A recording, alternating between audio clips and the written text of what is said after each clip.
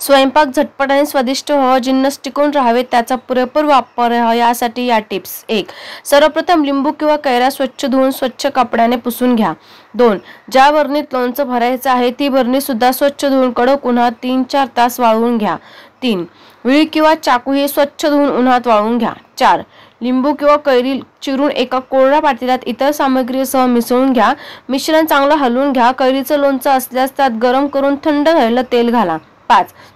नेहमी लोणच्यावर कमीत कमी 4 इंच तेल हवे व लोणचे 2 ते 3 दिवस आड हलवत राहिले पाहिजे, तर बुरशी लागत नाही. 6. पावभाजी करताना त्यामध्ये थोडेसे बीट घालावे, यामुळे भाजीला छान रंग येतो. 7. पावभाजी करताना पाव एकसारखे कापले जावेत, त्यासाठी एका भांड्यात गरम पाणी ठेवावे आणि त्यात बुडवून गरम झालेल्या सुरीने पाव कापावा, यामुळे पाव चांगले कापले जातात. 8. फरसबी, मटारचे दाणे, भोपळी, मिरची इत्यादी भाज्या शिजवताना आधी हळद मीठ घातलेल्या पाण्यात भाज्या शिजवाव्यात, यामुळे रंग हिरवागार राहतो. 9. आळूच्या वड्या करताना पाने स्वच्छ पुसून थोडेसे तेल लावावे आणि वरून पीठ पसरावे, यामुळे वड्या चुरचुरीत होतात. 10. लाल भोपळा, कलिंगड, खरबूज यांच्या बिया कडक उन्हात वाळवाव्यात, नंतर सोलून साठवून ठेवाव्या. पदार्थ गार्निश करण्यासाठी त्यांचा उपयोग होतो. 11. कोबीची भाजी उरली असल्यास तिला बेसन घालून परतून घ्या आणि गव्हाची कणिक मळून हे सारण स्टफ करा. गरमागरम स्टफ पराठे बनवून चटणी किंवा सॉस बरोबर खा. 12.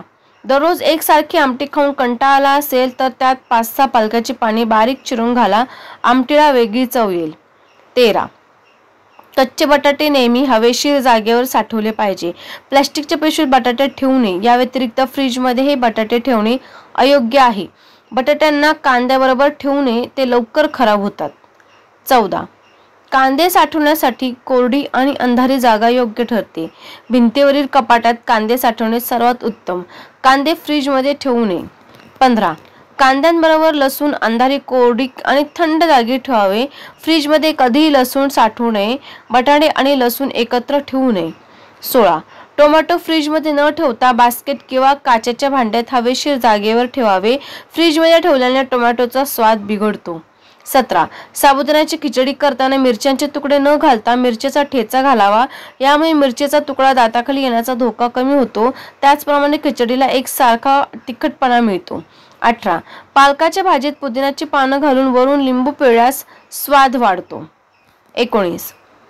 गरम तव्यावर थालीपीठ थापता येत नाही, म्हणून एखाद्या जाड कागदावर किंवा प्लास्टिकवर थापून मग थालीपीठ तव्यावर टाकावे. 20. सुगंध यावा यासाठी दही विरजणात त्यात कढीपत्त्याची 2-3 पाने टाकावीत. 21. बुंदीचे लाडू उरल्यास दूध घालून त्याची खीर करावी, ही खीर चवीला छान लागते. 22.